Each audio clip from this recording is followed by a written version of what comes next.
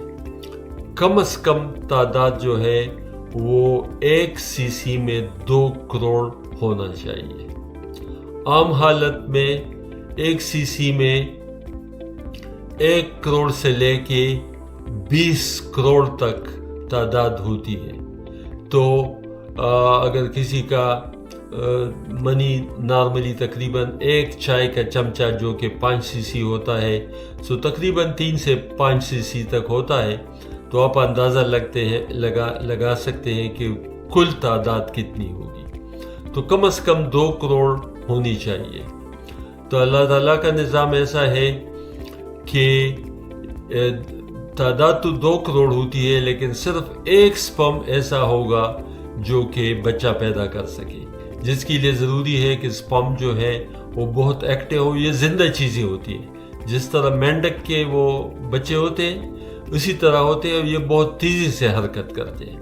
تو اس کے لیے ضروری ہے کہ سپرم کی تعداد بھی ٹھیک ہو اور اس کی کوالٹی بھی ٹھیک ہو، اس کی رفتار بھی ٹھیک ہو، اس میں کوئی ٹوٹ پھوٹ نہ ہو، وہ جسمانی طور پہ بالکل ٹھیک ہو، اس کا سر بھی ہوتا ہے، دڑ بھی ہوتا ہے، دم بھی ہوتا ہے۔ اگر اس میں کوئی بھی فرق ہو تو یہ صحیح طور پہ حرکت نہیں کر سکتا، اور جنسی ملاپ کے بعد یہ عورت کے رحم تک یہ صحیح طور پہ رفتار سے نہیں جا سکتا۔ اس کے لیے ضروری ہے کہ یہ صحت مند ہو۔ تو یہ منی کا جو سیمپل ہے یہ تازہ ہونا چاہیے اور یہ بغیر کیمیکل کے نکالنا چاہیے تاکہ وہ زندہ ہو اور فوری طور پہ اس کا معائنہ ہو۔ تو یہ تو بہت ضروری ہے۔ تو اس کے بعد ہارمون بھی ٹیسٹ کریں گے، جس میں ٹیسٹوسٹیرون، FSH، LH، یہ ضروری ہے کہ یہ دیکھیں۔ کبھی کبھی کروموسومل ٹیسٹ بھی کرنے پڑتے ہیں تاکہ پتہ چل جائے کہ اس میں جو مردانہ کروموسوم ہے وہ کیسا ہے، صحیح ہے، اور جو زنانہ کروموسوم پڑتا ہے۔ کبھی کبھی کروموسومل ابنارملٹی سے بھی یہ فرق پڑتا ہے۔ باقی جنرل ساری ٹیسٹ بھی کرنے پڑتے ہیں تاکہ کسی کو شوگر نہیں ہے، گردے فیل تو نہیں ہے، تھائرائیڈ فنکشن ٹھیک ہے کہ نہیں ہے، اور جنرل جو بیماریاں ہیں جو کہ اس پہ اثر انداز ہو سکتی ہیں فرٹیلیٹی پہ، تو یہ بہت ضروری ہے۔ یہ سب چیزیں دیکھنے کے بعد آپ کو اندازہ ہو جائے گا کہ بھائی فرق ہے کہ نہیں۔ اگر فرق نہیں ہے تو پھر عورت کو بھی زنانہ ڈاکٹر کے پاس جا کے اپنا چیک اپ کرنا چاہیے، اور اگر دونوں ٹھیک ہو تو پھر انتظار کرنا چاہیے، اور پھر جو بچے پیدا کرنے کے لیے پورے مہینے میں عورت میں صرف 1 ہفتہ ایسا ہوتا ہے جس میں اس کا انڈا خارج ہوتا ہے، اور وہ ماہواری کے دن سے 15 دن تک یہ نہیں ہوتا، 16ویں دن سے لے کے 22ویں دن یہ انڈا خارج ہوتا ہے، اور یہی وقت ہے کہ اگر اس وقت سپرم اویلیبل ہو، موجود ہو عورت کے رحم میں، تو یہ پھر جا کے انڈے کو فرٹیلائز کر سکتا ہے۔ تو یہ بہت ضروری ہے کہ یہ وقفہ ہو۔ اس کے لیے اور بھی کافی وٹامنز اور سپرم کی تعداد بڑھانے اور اس کی رفتار بڑھانے اور مختلف چیزیں ہیں جو ڈاکٹر آپ کے ساتھ ڈسکس کر لے گا۔ اگر سپرم کی تعداد کم ہو اور کوالٹی بھی اچھی نہ ہو تو پھر اولاد ہونے کا امکان کم ہوتا ہے، اور پھر اس کے لیے دوسرے جدید طریقے استعمال کرنے پڑتے ہیں، جس میں IVF اور ICSI طریقے ہیں جو کہ ڈاکٹر آپ کو پورا کا پورا سمجھا دے گا۔ کبھی کبھی منی میں تخم ہوتا ہی نہیں ہے، تو یہ ایک وجہ تو یہ ہوتا ہے کہ اس کے جو منی کے پائپ ہے وہ بند ہے، رگے جو ہے، یا اللہ تعالیٰ نے انڈے کے اندر سپرم پیدا کرنے کے ذرات پیدا کیے نہیں ہے۔ تو اس کے لیے ٹیسٹ ہوں گے، اور اس کے لیے ٹیسٹ اس کے اندر سے سپرم لینا پڑتا ہے۔ ایک تو سرنج سے بھی لے سکتا ہے، اور دوسرے جو ہے بایاپسی کے ذریعے، اس سے پتہ چل جاتا ہے کہ اس میں سپرم ہے کہ نہیں۔ اگر ہوں تو پھر جدید سائنسی طریقوں سے اولاد پیدا کرنا اہم ہے، لیکن وہ فیسلٹی سہولیات ہر جگہ پہ نہیں ہے۔ اس کے لیے آپ نے خصوصی جگہوں پہ جانا پڑتا ہے، پیچیدہ، اور اس پہ بہت خرچ آتا ہے، تو سوچ سمجھ کے یہ قدم اٹھانا چاہیے۔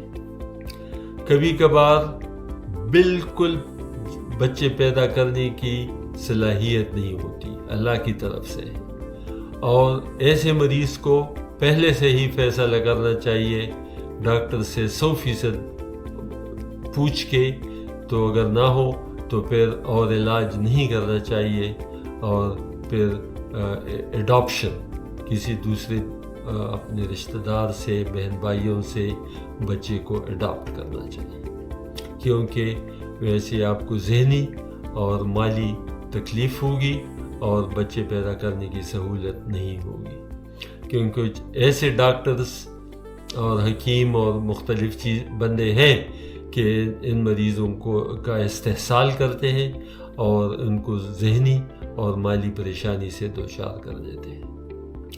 تو میں نے تو کوشش کی ہے کہ بڑے آسان لفظوں میں آپ کو یہ بتا دیں، یا بھی آپ کی ذمہ داری ہے کہ دوسروں کو بھی بتائیں۔ چینل کو سبسکرائب کریں، اس کو پھیلائیں اور لوگوں کو صدقے جاری رکھیں۔ والسلام۔